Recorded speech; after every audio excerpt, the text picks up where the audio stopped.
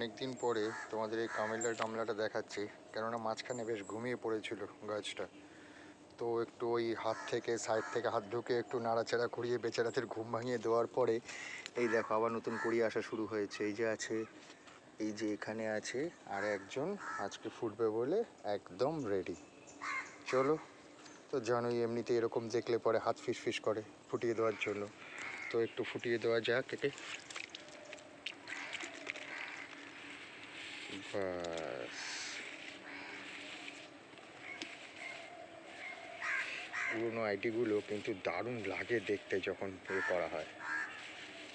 দেখো কত সুন্দর হয়েছে।